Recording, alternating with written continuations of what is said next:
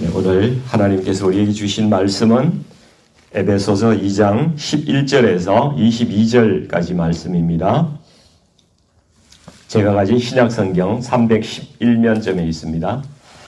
네, 에베소서 2장 11절에서 22절까지 말씀 같이 합독하겠습니다. 그러므로 생각하라. 너희는 그때에 육체로는 이방인이요 손으로 육체에 행한 할례를 받은 무리라 칭하는 자들로부터 할례를 받지 않은 무리라 칭함을 받는 자들이라. 그때 너희는 그리스도 밖에 있었고 이스라엘 나라 밖의 사람이라.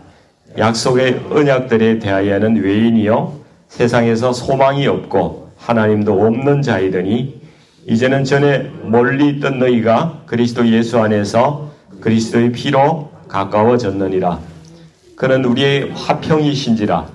둘로 하나를 만드사 원수된 것 곧 중간에 막힌 담을 자기 육체로 h으시고 법조문으로 된 계명의 율법을 폐하셨으니 이는 이 둘로 자기 안에서 한 세 사람을 지어 화평하게 하시고 또 십자가로 이 둘을 한 몸으로 하나님과 화목하게 하려 하심이라. 원수된 것을 십자가로 소멸하시고 또 오셔서 먼 데 있는 너희에게 평안을 전하시고 가까운 데 있는 자들에게 평안을 전하셨으니 이는 그로 말미암아 우리 둘이 한 성령 안에서 아버지께 나아감을 얻게 하려 하심이라. 그러므로 이제부터 너희는 외인도 아니요 나그네도 아니요 오직 성도들과 동일한 시민이요 하나님의 권속이라. 너희는 사도들과 선지자들의 터 위에 세우심을 입은 자라. 그리스도 예수께서 친히 모퉁이 돌이 되셨느니라. 그의 안에서 건물마다 서로 연결하여 주 안에서 성전이 되어가고 너희도 성령 안에서 하나님이 거하실 처소가 되기 위하여 그리스도 예수 안에서 함께 지어져 가느니라. 아멘. 오늘 이 말씀으로 한 세 사람의 창조라는 제목으로 말씀을 나누기를 원합니다. 하나님께서 우리 인생들을 보시기에 이렇게 사람을 구분해서 본다 그러면은 세 사람으로 볼 수가 있어요. 유대인이 있고 이방인이 있고 교회가 있고 하나님은 그렇게 우리를 보십니다. 옛날에는 이방인, 유대인 이렇게 나눴었는데 이제 신약에서 교회가 등장하잖아요. 근데 이 이방인, 유대인이 과거에는 아주 적대감이 많았어요. 서로 이렇게 원수 보듯이 이렇게 봤는데 우리 주님께서 오셔서 십자가에 돌아가심으로 하신 일은 오늘 말씀에서 보셨듯이 화평하게 하신 거예요. 교회가 나타남으로써 이방인들이 교회로 들어오고 화평과 화목이 이루어진 거죠. 우리는 하나님과 화목하게 되고 또 주위와 다른 사람들과 화목하게 되는 역사가 십자가에서 나타난 줄 믿습니다. 그래서 오늘 본문에서 보시면은 오늘 에베소 교인들에게 이 편지하면서 그러므로 생각하라 이렇게 이야기합니다. 옛날을 한번 생각해 보라는 거예요. 너희가 지금은 믿음으로 은혜로 인하여 믿음으로 구원을 받았다. 근데 옛날을 생각해 봐라. 너희는 유대인들하고 얼마나 적대감이 있었고 얼마나 무시를 당했으며 할례 없는 자들이라고 그렇죠? 그렇게 서러움도 당하고 그렇게 했느냐. 소망이 없었지 않느냐. 이렇게 이야기를 합니다. 그렇습니다. 하나님을 모르는 인생들은 정말 하루하루를 살아가는 것에 급급하지 무슨 특별한 소망이 없었어요. 우리를 돌아봐도 그렇지 않습니까? 이 세상에서 좀 잘 되어서 잘 누리고 사는 것 외에 어떤 관심이 있었습니까? 우리가 주님을 만나기 전에는 그저 그런 사람이었습니다. 하나님을 알지도 못하고 우리 인생이 어디에서 와서 어디로 가는지도 알지 못하고 하루하루 그냥 지냈던 그런 인생의 외로움과 허무함이 몰려올 때는 주체할 수 없는 그런 사람들이었습니다. 요한복음 3장에 가서 보시면은 예수님께서 니고데모라는 유대인을 만나지 않습니까? 그 장면이 다 기억하시죠? 그리고 4장에 가서 보면요. 또 한 사람 만나는데 사마리아에 가셔서 수가성의 우물가에서 또 한 여인을 만나시는 예수님을 만나볼 수가 있습니다. 이 두 사람은 다 인생의 갈증이 있어서 예수님을 만나게 되는 그런 사람들입니다. 니고데모는 이스라엘의 그 사내들인 공회원으로 아주 높은 지위에 있던 정치가였죠. 근데 이 여인은 세상에서 어떤 지위도 가지고 있지 않았던 그러한 사마리아 이방 여인이었습니다. 니고데모는 학식이 아주 뛰어난 학자였지만은 이 사마리아에는 교육을 전혀 받지 못한 그러한 사람이었습니다. 또 니고데모는 고매한 인격을 가졌다고, 유대인의 율법에 고매한 인격을 가졌던 그런 사람이었지만은 이 여인은 부도덕한 사람을, 남편을 5이나 이런 부도덕한 삶을 살았던 사람입니다. 그러나 이 대조적인 두 사람 모두에게 예수님의 복음이 필요했다는 거예요. 예수님께서는 니고데모에게 이렇게 말씀하잖아요. 사람이 물과 성령으로 거듭나지 아니하면은 하나님 나라에 들어갈 수 없다. 이렇게 말씀하십니다. 사마리아 여인에게는 내가 주는 물을 마시는 자는 영원히 목마르지 아니하리니 내가 주는 물은 그 속에서 영생하도록 솟아나는 샘물이 되리라. 이렇게 말씀합니다. 그래서 아무리 잘나고 높은 지위에 있는 사람이라도 복음이 필요하고요. 아무리 보잘것없고 죄악과 어둠의 그 10년에 빠져있는 그러한 사람일지라도 또 복음이 필요한 겁니다. 그런 사람도 구원받지 못할 사람이 없는 거예요. 유대인에게도 예수님이 필요하고 이방인에게도 예수님이 필요한 것입니다. 전통적인 유대 사회에서는 이방인에 대한 멸시와 차별이 아주 그냥 담을 그냥 베를린 장벽처럼 담을 쌓아놓고 이렇게 살았던 것이죠. 서로 화해하고 하나가 되는 것이 참 불가능했습니다. 그러나 예수님의 복음 안에서 놀라운 변화가 일어난 것이죠. 주님께서는 유대인이나 이방인 모두에게 오셨고요. 이들 사이에 있었던 담을 허물어내신 겁니다. 그래 함께 한 성전으로 지어져 가도록 그렇게 만드셨다는 것이 오늘 말씀의 요약이 되겠습니다. 오늘 본문에서 제가 오늘 설교의 가장 중심이 될 만한 단어로 잡은 것은 15절에 있는 한 세 사람을 지어 화평하게 하시고 라는 표현입니다. 이 한 세 사람은 말 그대로 one new man입니다. 영어로 one new man. 한 세 사람의 이 의미가 보니까 그러니까 둘이 하나가 되었다는 거죠. 둘이 하나가 되었다는 의미가 있고 또 과거와는 다르게 새롭게 되었다. 이런 이제 두 가지 의미가 이 속에 내포가 되어 있는 것이죠. 먼저 새롭게 되었다. 이 말씀은 사람이 옛날하고 달라졌다 이런 이야기입니다. 이 속사람이 거듭났다는 이야기예요.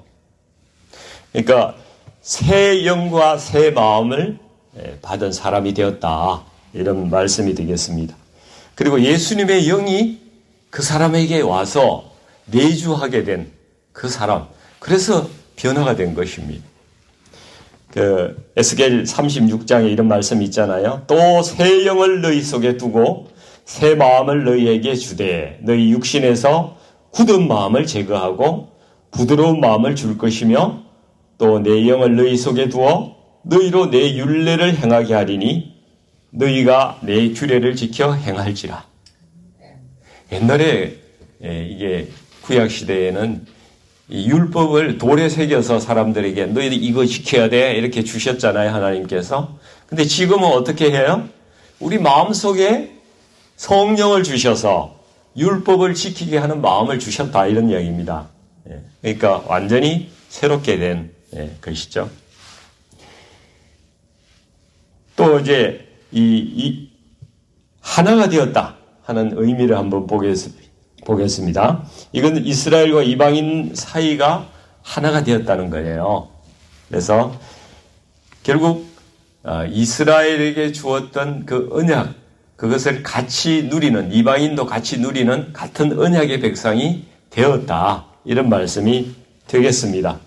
그래서 한 세 사람은 유대인, 이방인으로 이 갈라졌던 사람들, 민족과 민족이 대적하고 막 인종이 인종을 차별하고 이렇게 갈라지고 뿔뿔이 흩어진 그런 것이 아니라 주 안에서 새롭게 거듭이 나서 한 성령 안에서 주님 교회의 지체로 하나의 일치를 이루는 사람, 그 사람이 한 세 사람이다. 이렇게 이야기할 수 있는 것이죠. 우리 사랑하는 성도님들, 나는 한 세 사람이 되었습니까? 아멘이시죠? 예, 아멘이어야 합니다. 우리 주님은 십자가에 달리셔서 중간에 막힌 담을 허시고 하나 되게 하셨는데, 우리 중에 간혹 보면 계속 담을 쌓고 계신 분도 계세요. 그죠? 예, 흘렀다가 쌓았다가 이러고 지내시는 분들이 많이 있습니다. 주님은 화목해 하시려고 십자가를 지셨는데 자꾸 불화의 길을 가시는 분도 계세요. 주님은 우리에게 평안을 주시기를 원하십니다. 지금 우리에게 평안이 없다면 우리 십자가를 다시 바라봐야 돼요. 십자가 바라보면서 나에게 있는 문제가 무엇인지 십자가 바라보면서 묵상해 보아야 합니다. 오늘 본문에 보니까 11절에서 13절 말씀, 그때는 12절에 그때에 13절에 이제는 이렇게 구분하고 있어요. 그때는 이방인으로서 우리 이방인들이 그리스도 밖에 있을 때는 약속의 언약들에 대해서 외인이었고 세상에 소망도 없고 하나님도 없는 그런 사람이었는데, 이제는 전에 멀리 있던 너희들이 그리스도 예수 안에서 그리스도의 피로 가까워졌다.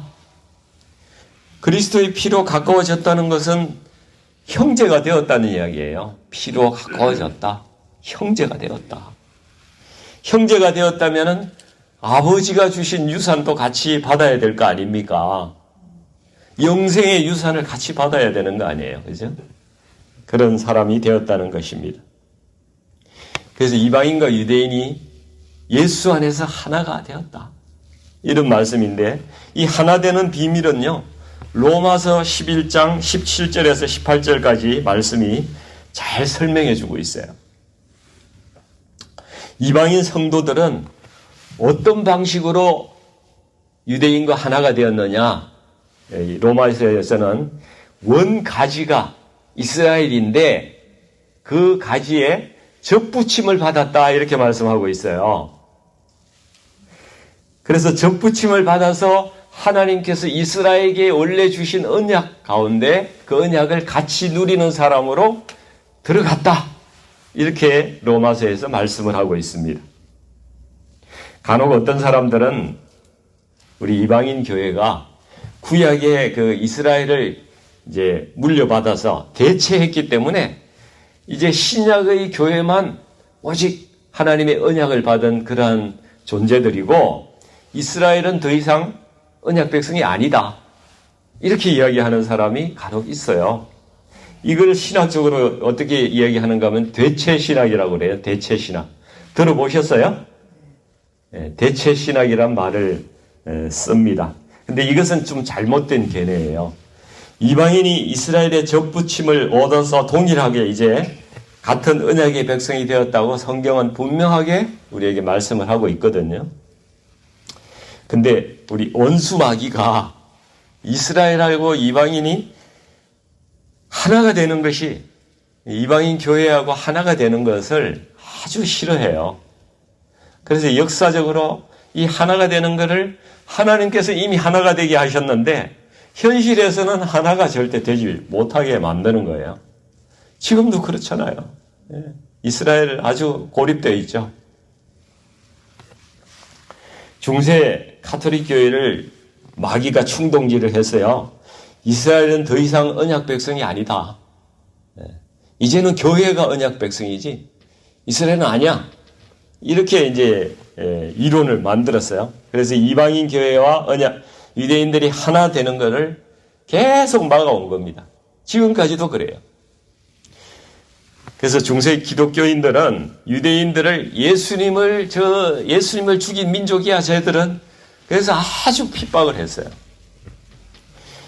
여러분, 십자군 아세요? 십자군 전쟁 아시죠? 한 1000년 전쯤인데, 이 예루살렘이 그때 이슬람이 그때 예루살렘을 통치하고 있었거든요. 그래서 유럽의 기독교인들이, 야, 우리가 그 거룩한 땅 예루살렘을 우리가 회복해야 된다. 너희들 일어나라. 이래가지고 막, 준비를 해가지고, 십자가 달고, 머리에도 십자가 달고, 이렇게, 거기 갔잖아요. 가서 보니까 이슬람도 거기 살고 있는데, 유대인들도 많이 살고 있었던 거예요. 거기 예루살렘에. 그래서 이 십자군들이 이 유대인들을 갖다가 거기 엄청나게 많이 죽였어요. 그 건물 안에다가 이 예수님을 죽인 민족이라고 해가지고 건물 안에다 넣어놓고 불을 질러가지고 방화해가지고 태워 죽이고 이렇게 했는데 무려 한 30만 명 정도를 죽였다고 그래요. 근데 그 죽이면서 이 십자군들이 그 건물 주위를 둘러싸고 예수님 찬양 하면서 유대인들을 죽인 거예요. 그러니까 유대인들이 이 십자군들의 그 앞에 가슴에 있는 십자가만 봐도 예수라는 이름만 들어도 어떻게 했어요? 경기가 나는 거예요. 경기가. 하나가 될 수가 없는 거예요. 14세기의 스페인에서도요. 유대교에서 너희 기독교로 개종해라. 이렇게 막 강제로 개종을 시키기 위해서 사람들을 종교재판에 회부했는데 할 거야? 안 할 거야? 안 하는 사람은 다 불에 태워 죽였어요. 그렇게 기독교인들이 물론 이때 가톨릭 교회죠. 그런 짓을 했습니다. 또 2차 대전 때 히틀러가 600만 명의 유대인을 기독교의 이름으로 가스실에서 불태워 죽인 거예요. 그때 유대인들이 로마 교황에게 편지를 보냈대요. 우리 아이들만은 좀 살려달라고. 이 히틀러에게 좀 압력을 행사해서 좀 살려달라고. 근데 로마 교황은 아무 대답이 없었다고 그렇게 기록이 되어 있습니다. 유대인들은 기억의 민족이에요. 잘 기억해요. 그러니까 이것도 유대인들은 지금 하나도 잊지 않고 있는 거예요. 그러니까 예수님을 자신의 메시아로 받아들일 수가 없는 거예요. 그만큼 반목이 심하고 갈등이 심한 것이 지금 현실이라는 것이죠. 그러나 이스라엘은 이런 핍박 가운데서도 자기만의 전통을 지키고 율법을 지키면서 1900년 동안 떠돌이를 하면서 그 하나님 신앙을 지켜냈잖아요. 우리 같으면 신라 시대에 있던 사람들이 지금 신라를 다시 세워야 된다. 이게 말이 됩니까? 그러니까 이것은 정말 하나님이 살아계시다는 증거를 이 땅에 우리에게 모든 사람에게 보여준 거예요. 이스라엘이 바로 살아계신 하나님의 증거를 드러낸 것입니다. 이제 머지않아서 하나님의 시간표에 따라서 이 유대인들이 예수님께 돌아오게 돼 있어요. 그때 어떻게 고백을 할 것인가 하면은 예수님께서 바로 유월절 어린 양이셨구나. 우리를 위하여 죽으신 유월절 어린 양이셨구나. 유대인들이 그토록 그 붙들고 있는 율법, 그것이 이제 성령께서 오순절에 오신 그 성령께서 우리 마음에 율법을 부어주셨구나. 그래서 그걸 지키게 하셨구나. 이런 걸 다 깨닫는 그런 시간이 이제 올 거란 이야기입니다. 이미 예수님은 십자가에서 이 둘을 하나 되게 이미 만드셨어요. 이미 이루셨는데 우리가 아직 이루지 못하고 있는 거예요. 현실에서 마귀가 악착같이 하나 되는 것을 막고 있습니다. 그러나 역사의 현실에서도 이제 우리가 하나 될 시간이 곧 다가오고 있습니다. 유대인들이 예수님을 자신의 주 구주와 메시아로 영접한 사람들이 적지만 일부 있어요. 그 사람들을 뭐라고 그래요? 메시아닉 주라고 그래요. 메시아닉 주. 이 사람들이 있습니다. 이 사람들이 이미 이방인 교회와 형제가 되었어요. 여러분, 우리나라에도 북한에서 온 탈북자들이 한 3만 5천 명 정도가 있어요. 그 사람들이 남한 사람들하고 하나 작지만 통일을 이미 이룬 거예요. 하나님께서 하신 역사예요. 통일의 마중물로 이미 보내준 사람들이라는 겁니다. 그러니까 이스라엘이 이방인 교회와 하나가 되고 우리나라도 남북이 하나가 되는 그 통일을 이루는 것이 하나님께서 이미 예정하고 마중물로 미리 작은 통일을 맛보게 하신 거예요. 곧 하나가 되는 일이 일어날 줄로 믿습니다.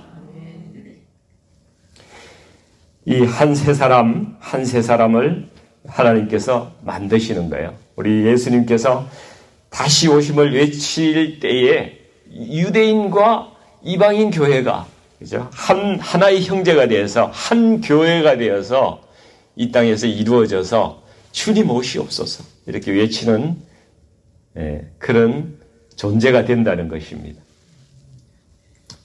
우리 교회만 하나님 앞에 바로 서면 되는 거 아니야? 이렇게 생각할지 모르지만은 그러면 우리가 하나님 앞에 반쪽밖에 안 된다는 겁니다. 그러니까 이스라엘과 이방인 교회가 함께 주님 앞에 서야만이 완전한 교회가 되는 거예요. 주님 앞에 주님 보시기에 완전한 교회가 되고 또한 주님의 거룩한 신부가 되는 것입니다. 그렇게 함으로써 우리 18절 말씀 같이 볼게요. 그로 말미암아 우리 둘이 같이 읽어보세요. 우리 둘이 한 성령 안에서 아버지께 나아감을 얻게 하려 하심이라 말씀하고 있습니다. 우리는 이스라엘을 먼 나라가 아니라 주 안에서 형제가 될 형제의 나라라고 이렇게 생각해야 돼요. 그래서 우리가 이스라엘 위해서 예루살렘의 평화를 위해서 우리가 같이 기도해야 되는 것입니다. 아멘. 예. 20절에서 22절은 주님의 신부된 교회가 어떤 곳인지 우리에게 말씀해 주는데요. 교회는 이미 완성된 것이 아니라 현재 진행형으로 하나님의 성전으로 지어져 가고 있다. 이렇게 말씀하고 있어요. 근데 이 성전은 흙이나 돌이나 지프로 짓는 그러한 것이 아니라 하나님으로부터 받은 영생이 있는 한 사람 한 사람의 성전이 모여서 지어져 가는 그러한 성전이다. 이렇게 말씀하고 있습니다. 교회가 지어지려면은요, 기초공사를 해야 되잖아요. 기초공사. 토를 닦아야 돼요. 그리고 그 위에 주춧돌을 놔야 됩니다. 그리고 그 위에 이제 기둥도 놓고 이렇게 건물을 짓게 되죠. 이 터가 뭐냐? 교회의 터가 뭐냐? 그걸 20절에 말씀하는데요. 너희는 사도들과 선지자들의 터 위에 세우심을 입은 자라. 이렇게 말씀합니다. 사도들과 선지자들의 그 신앙 고백과 하나님의 진리의 말씀, 그 터 위에 교회가 세워졌다는 이야기입니다. 여기에 선지자라는 말씀은 구약의 선지자를 말씀하는 것이 아니라 신약에도 선지자가 있어요. 그 사도행전에 보시면은 안디옥 교회에 교사와 선지자들이 있었다고 이야기하고 유다와 실라도 선지자들아 이런 말씀을 초대교회에 하고 있죠. 예수 그리스도의 복음을 위해서 수고하고 애썼던 예수님의 제자들입니다. 이 사람들의 터 위에 우리 교회가 세워졌다. 에베소 교회도 그 위에 세워졌다. 그리고 주님께서 그 밑에 모퉁이 돌이 되셨다. 이렇게 말씀합니다. 주춧돌이에요. 그 건물짓게 가장 밑에 큰 돌을 놓는 것을 이 모퉁이 돌이라고 부릅니다. 그 위에 기둥을 세우잖아요. 기둥을 세우고 거기에 벽이 이제 양쪽으로 마치 유대인과 이방인이 거기에서 예수 그리스도를 중심으로 해서 다 만나듯이 그런 그림을 이 말씀에서 우리에게 보여주고 있는 것이죠. 이 주춧돌을 묵상하면서 이런 생각이 참 들었어요. 이 주춧돌이 이 건물의 기둥을 떠받치는 가장 큰 돌인데 이 부담이 건물의 하중이 어디에 제일 많이 가겠어요? 이 주춧돌을 누르지 않겠어요? 예. 그러니까 우리 담임 목사님과 안수 집사님들이 교회 걱정을 제일 많이 하고 짐을 지고 힘들어 하실 텐데 사실은 이분들보다도 더 교회를 염려하고 교회를 사랑하고 교회를 이게 지탱해 나가고 하시는 분이 우리 주님이시라는 거예요. 그런 은혜가 이렇게 생각이 되더라고요. 우리처럼 작은 이 로컬 처치뿐만 아니라 보편적인 이 우주적인 이 교회를 우리 주님께서 오늘도 인도하시고 또 최종적인 그 구원의 성전, 우리 한 사람 한 사람이 그 성전의 재료로 들어가서 이루어질 최종의 그 성전을 완성해 나가고 계시다는 사실을 우리가 기억해야 됩니다. 옛날에 한 동네예요. 자기가 세상에서 요리를 제일 잘하는 사람이라고 하는 사람이 갑자기 나타나서 시장터에 큰 솥을 하나 걸었어요. 그리고 온 동네 잔치를 한번 할 테니까 이 마을 사람들이 각자 집에서 음식 재료 한 가지를 가지고 다 와서 이 솥에다가 넣으시오. 그래서 사람들이 다 와서 이렇게 재료를 넣었어요. 내가 세상에서 제일 맛있는 요리를 만들어 주겠다는 거예요. 과연 그래서 이 사람들이 다 이제 와서 솥에 재료를 넣고 끓여 보니까 정말 너무 맛있는 요리가 만들어진 거예요. 그래서 다들 기뻐하면서 아주 기분 좋게 즐거워하면서 먹었어요. 근데 그 옆 동네에서 딱 보니까 참 좋거든요. 그래서 우리 동네에도 와서 한번 해달라고 초청을 했어요. 그래서 옆 동네와 똑같은 방식으로 솥을 걸고 음식 재료를 다 집에서 한 가지 가져와서 거기다 넣었습니다. 근데 그 만들어진 음식이 너무 역겹고 맛도 없는 거예요. 막 이상한 냄새가 나고요. 사람들이 이 요리사에게 따졌어요. 아니, 옆 동네에서는 그렇게 맛있는 음식을 만들어줬는데 우리 동네에서는 왜 이렇게 맛없는 음식을 도저히 먹지도 못하는 음식을 만들어줬냐고. 그러니까 이 요리사가 하는 이야기가 저는 이 솥에 넣은 거예요. 저는 물밖에 없어요. 옆 동네에서도 물밖에 안 넣고요. 여기서 물밖에 안 넣었다는 거예요. 근데 모든 재료는 여러분이 넣었다는 거예요. 저 동네 사람들은 이웃과 좋은 음식을 나눠 먹겠다고 가장 신선하고 좋은 걸 골라서 제일 좋은 거 가져와서 그 솥에 넣었는데 여러분들은 버리기 아까워가지고 가지고 있던 거, 곧 폐기해야 될 거, 유통기한이 지난 거, 이런 거 가져와서 넣었다는 거예요. 그러니까 차이가 나는 거 당연한 거 아니냐. 사랑하는 우리 성도님들, 우리 교회는 이 두 동네 중에 어떤 동네에 해당될까요? 우리 교회예요. 한번 생각해 보세요. 우리 한 사람 한 사람은 성령 안에서 지어져 가는 성전들입니다. 우리 한 사람 한 사람이 거룩한 삶으로 지어져 가는 성전이라면은 우리가 모여서 이루어지는 우리 교회는요, 정말 아름다운 그런 맛을 내는 그러한 교회가 되어야 되지 않겠습니까? 우리가 부패하면요, 우리 교회도 부패하는 거예요.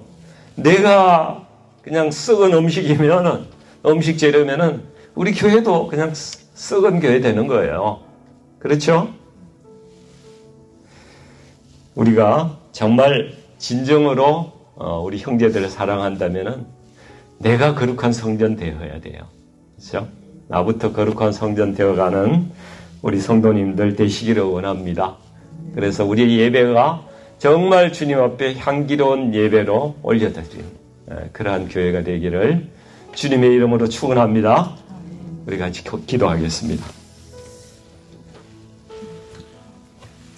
아버지 하나님, 우리 교회가 주님이 십자가에서 이루신 그 화목과 그 화평과 평안의 교회가 되게 하여 주시옵소서.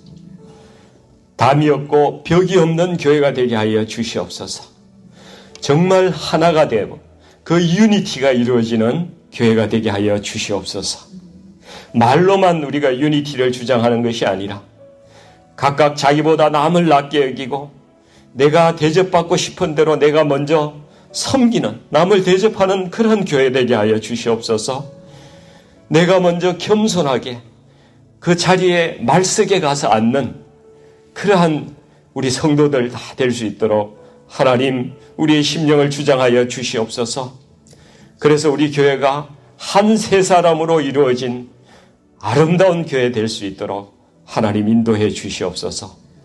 모든 성도님들이 한 분 한 분 다 성전으로 매일매일 주님 안에서 지어져가는 아름다운 성전으로 지어져가는 그러한 저희들 될 수 있도록 하나님 역사하여 주시고 인도해 주시옵소서.